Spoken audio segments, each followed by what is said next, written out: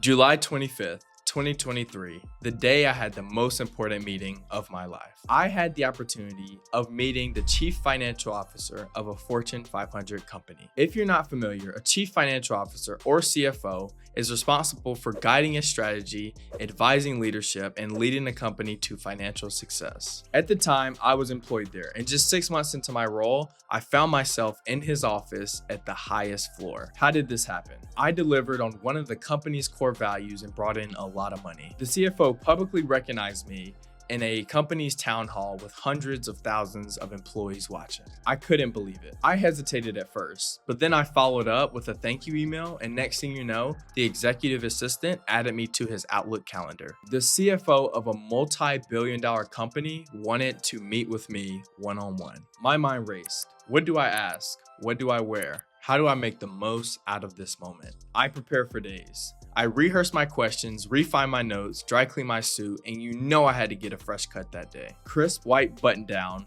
navy blue slacks, red and blue tie, and a navy blazer to top it off. I was ready. That day, when my Outlook reminder popped up, I triple checked the floor number and went up the elevator to the highest floor. I've arrived. Security checked my badge. I walk into the executive lobby, and a silver Aquafina water bottle was waiting for me. 4:30 p.m., the moment arrived. He walked out, 6'2", all black suit, white button down. His presence commanded attention. We shook hands and he gave me a tour of the office, but I'm not gonna lie, I can't remember anything he said because my mind was racing and my heart was pounding. We finally sat down.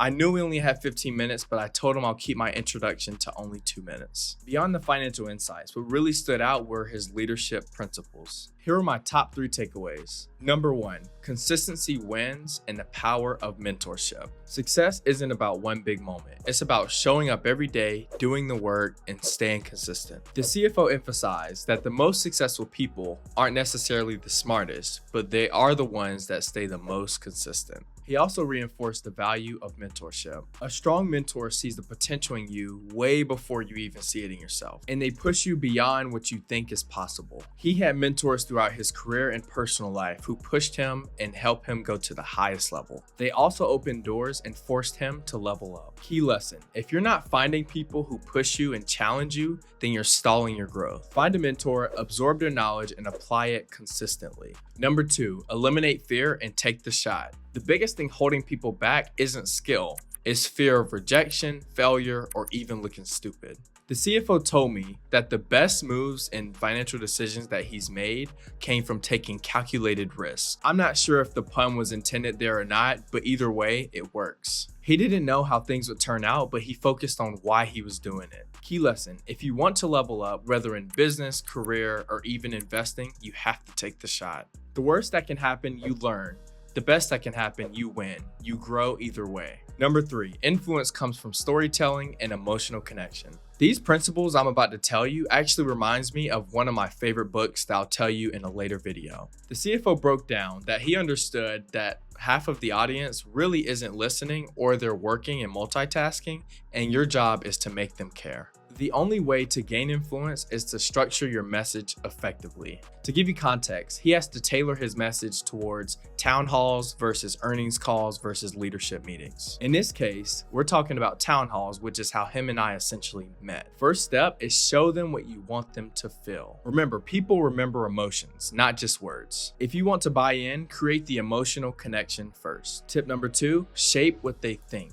Guide their perception with logic and credibility. This is referred to as ethos or logos. Make your point clear and structured. Tip number 3, tell them what you want them to do.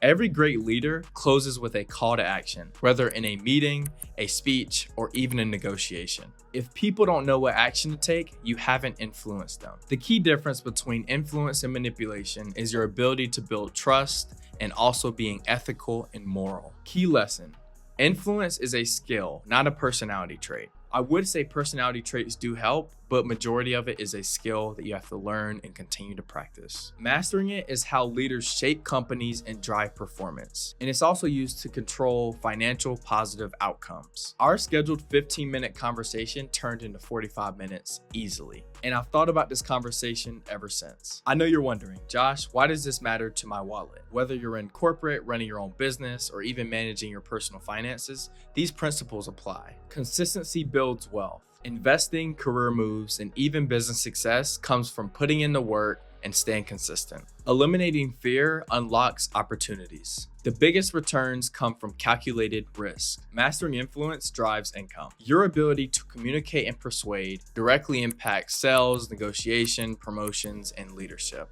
That meeting changed how I see success. Do me a favor, drop a comment and let me know which tip resonated with you most. And also be sure to hit that like, subscribe button, and notification bell so that you'll never miss a drop. I hope you take care, and I'll see you in the next video.